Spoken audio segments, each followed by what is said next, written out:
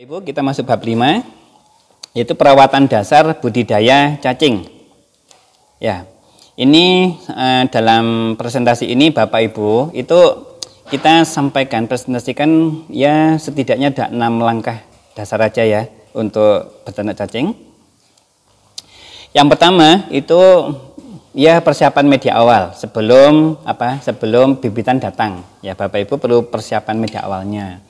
Seperti apa itu media awalnya gitu ya. Yang pertama ya kondisinya lembab, tidak boleh terlalu basah, tidak boleh terlalu kering ya. Lembab itu intinya kalau Bapak Ibu ngambil media itu diperes gitu dengan tangan, itu masih sedikit bisa keluar air di sela-sela jari jemari gitu ya. Itu kondisi lembab. Tidak terlalu basah, tidak terlalu kering. Yang kedua, untuk kotoran hewan tidak boleh yang masih baru ya. Minimal lah diusahakan yang sudah 7 hari ya sebagai media ya. Media awal, jadi tidak boleh yang masih baru. Kemudian media-media yang mau digunakan untuk awal ini sebaiknya Bapak Ibu itu bukan hasil fermentasi, kecuali bagi yang sudah biasa fermentasi, karena fermentasi itu kadang-kadang seringkali hasilnya itu tidak sesuai dengan harapan kita. Nanti begitu hasil fermentasi kita berikan ke tempat budidaya, kemudian cacing masuk, cacing seringkali tidak cocok. Cacing seringkali langsung keluar gitu ya. Jadi sebaiknya yang alami untuk media awal gitu. Kondisi media harus gembur. Sekali lagi cacing itu sangat suka media yang gembur. Ya, kondisi media harus gembur. Yang terakhir pencampuran media lebih dari 1 media itu lebih bagus ya. Misalkan begini. Media ini kotoran sapi campur sama serbuk kayu, gajan kayu itu bagus. Atau kotoran sapi dicampur dengan kokopit itu bagus ya, itu syarat media awal. Ketebalan media awal itu sebaiknya Bapak Ibu ya tidak terlalu tipis juga tidak terlalu tebal. Kemungkinan sekitar 5 sampai 8. Kalau terlalu tebal, ini cacingnya nanti anget, cacingnya jadi tidak nyaman gitu ya. Kalau terlalu tipis, nanti cacing juga kurang nyaman karena ini sinar matahari itu mungkin masih bisa berpengaruh terhadap yang tipis. Yang bagus ya sekitar 5 sampai 8 cm untuk media awal. Kemudian sebelum ditebar media awal ya sebaiknya lingkungan cacing dilembabin dulu supaya lebih dingin, lebih lembab. Kemudian penebaran media bisa sebelum indukan cacing atau bahkan bisa setelah indukan cacing ditebar. Maksudnya itu gini. Media itu bisa disiapkan dulu baru cacing masuk atau dibalik, cacing dulu masuk baru media ditebarkan di permukaan cacing, begitu boleh ya. Kemudian penebaran indukan cacing yang umum Bapak Ibu ya 1 meter persegi ya itu pada tebar indukannya adalah 2,5 kg ya, 1 meter persegi 2,5 kg lebih kurang. Kemudian penebaran induknya itu dilakukan merata ya, ke area kolam merata, itu yang bagus. Jika kurang dari 30 menit ya cacing udah masuk ke media, berarti cacingnya langsung cocok dengan media barunya. Tapi kalau sampai 30 menit cacingnya kok belum masuk media, berarti masih ada masalah di media itu. Apakah itu terlalu kering, terlalu basah, mungkin hasil fermentasi, atau mungkin terlalu tebal gitu ya, itu membuat cacing itu mau masuk itu kayak ada permasalahan gitu ya, sehingga kita perlu segera lakukan pelakuan gitu. Umumnya cacing kurang nyaman dengan kondisi media, jadi ya ini terlalu kering, basah, hasil fermentasi dan sebagainya ya. Itu penebaran pertama kali indukan cacing. Lanjut yang ketiga. Pemberian pakan cacing ya, itu pemberian pakan cacing itu memang ada dua pola, ada cara basah, ada cara kering. Kalau cara basah itu Bapak Ibu ya makanan ini seperti kotoran sapi, seperti blotong, mungkin media yang lain gitu ya, itu dicampur dengan air, campur gitu 1:1 biasanya, baru diberikan merata ke permukaan media ya seperti gambar yang atas itu, rata gitu ya. Atau cara kering ditabur. Nah, biasanya kalau sistem rak itu ditabur aja. Jadi katul langsung ditabur, ampas tahu langsung ditabur begitu ya. Jadi ini cara pemberian makan. Kalau yang basah itu cacing itu makannya dengan cara dihisap, disedot begitu. Tapi kalau pola kering makanya ditelan. Mana yang lebih bagus sama saja, ya sama. Jadi kita juga kadang pola basah, pola kering, yaitu kalau pola basah enaknya kita tidak perlu siram-siram lagi sih. Kalau pola kering ya kita harus siram-siram. Jadi sama aja ya.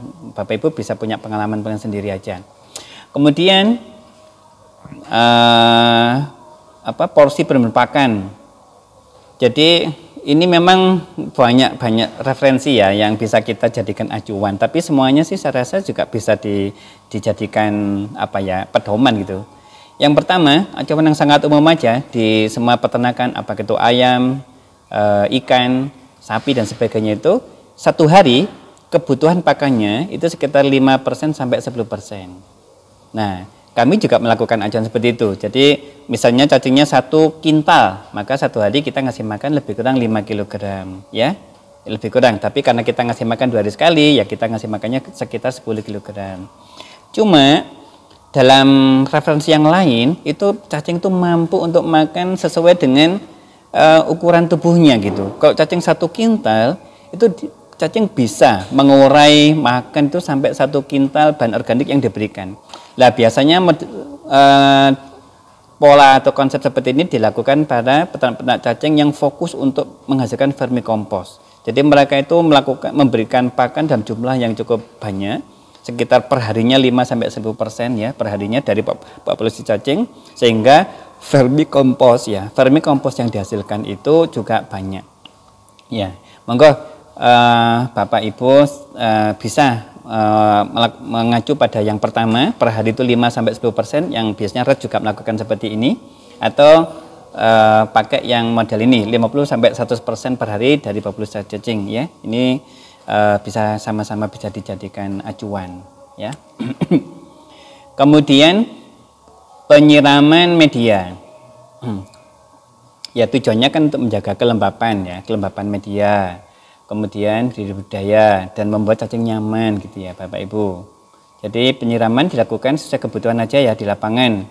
Jadi biasanya kalau teman-teman yang memberikan pakan basah itu tidak perlu menyiram ya, karena memang medianya sudah lembab karena makanannya basah. Khususnya yang pemberian pakan kering ya, cacahan, sayur dan sebagainya, itu setelah ditebarkan baru disiram. Kemudian air yang digunakan untuk penyiraman media bisa menggunakan air sumur, PDAM, air sungai ya, atau ya yang paling bagus kalau Bapak Ibu punya lele, berarti air dari kolam lele yang diberikan atau kolam nila gitu. Terus penyiraman sebaiknya Bapak Ibu jangan terlalu basah karena bisa menyebabkan media cepat memadat. Jadi cukup permukaan itu disiramin kelembapannya ya untuk menjaga kelembapan, tapi jangan terlalu banyak karena membuat media cepat memadat. Kemudian pengemburan media, Bapak Ibu, tujuan pengemburan itu ini ada beberapa ya. Yang pertama sih merangsang cacing untuk aktif, gerak. Untuk apa gerak itu? Gerak itu untuk pindah tempat, untuk kawin, untuk mencari pasangan dan sebagainya. Lah supaya dia itu terangsang gerak, maka media perlu gembur, intinya begitu. Kemudian yang kedua, meningkatkan sirkulasi dan aerasi udara dalam media supaya sehat lingkungannya. Dan yang ketiga, kalau gembur itu pertumbuhan fisik cacing itu terangsang untuk cepat besar gitu. Nah, itu yang pertama ya, tujuan pengemburan. Untuk sistem rak atau kotak, penggemburan media sebaiknya dilakukan setidaknya setiap 2 minggu dengan cara membalik langsung media bawah ke atas, dibalik gitu ya Bapak Ibu ya. Kemudian untuk sistem lasa atau bed ya, penggemburan media dilakukan sesuai dengan kondisi tempat budidaya dan cukup dilakukan di area permukaan ya, tidak perlu membalik bagian yang dalam karena yang di dalam itu tidak ada cacingnya. Cacing itu hanya menempati ya itu sekitar 5-10 permukaan. Disitulah kita melakukan penggemburan. Cukup permukaan-permukaan aja yang digemburin gitu, tidak perlu membalik sampai di bawah gitu. Itu ya penggemburan media, tujuannya merangsang cacing untuk aktif, kedua meningkatkan sirkulasi, aerasi untuk kesehatan media, merangsang pertumbuhan fisik cacing supaya cepat gemuk, cepat besar gitu. Yang terakhir berkenaan dengan perawatan dasar budidaya cacing, Bapak Ibu, kita penting untuk melakukan pengkascingan. Pengkascingan ini adalah proses untuk mengambil kotoran cacing dalam media. Kotoran itu ya memang umumnya berpengaruh jelek kepada ternak gitu ya. Apa itu kotoran ayam, kotoran sapi, kambing sebagainya. Itu memang perlu dipisahkan karena kotoran itu mengandung amonia, itu mengganggu kesehatan hewan. Ya, apalagi cacing dan kotoran itu jadi satu, Bapak Ibu sekalian. Semakin banyak kotoran cacing yang terkandung dalam media, itu berdampak media lebih padat dan menghambat perkembangan dan pertumbuhan cacing. Untuk sistem rak ya atau kotak itu, kegiatan pengkascingan biasanya dilakukan bersamaan dengan proses penggemburan media. Ya, di mana media setelah dibalik kan kotoran cacing posisi di atas. Nah, selanjutnya kotoran cacing di atas itu langsung diambil. Nah, kemudian seberapa banyak? Sekitar 30-50% permukaan media. Nah, baru ditambahkan media baru. Sebanyak apa ya? Sebanyak media yang diambil gitu ya. Kalau untuk sistem bed, sistem rasa, sistem di permukaan tanah, kegiatan pengkascingan dilakukan setelah media itu lebih dari 40 cm sudah tinggi medianya. Ya, artinya begini. Kan cacing di permukaan semua itu. Jadi ketika sudah media sudah tinggi, maka kita kita ambil tuh media permukaan itu sekitar 5-10 cm.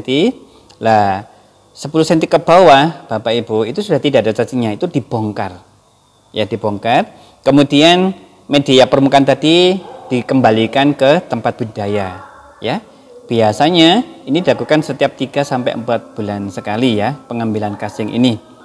Nah, itu Bapak Ibu tentang bab 5 tentang perawatan dasar. Selanjutnya kita masuk ke bab 6.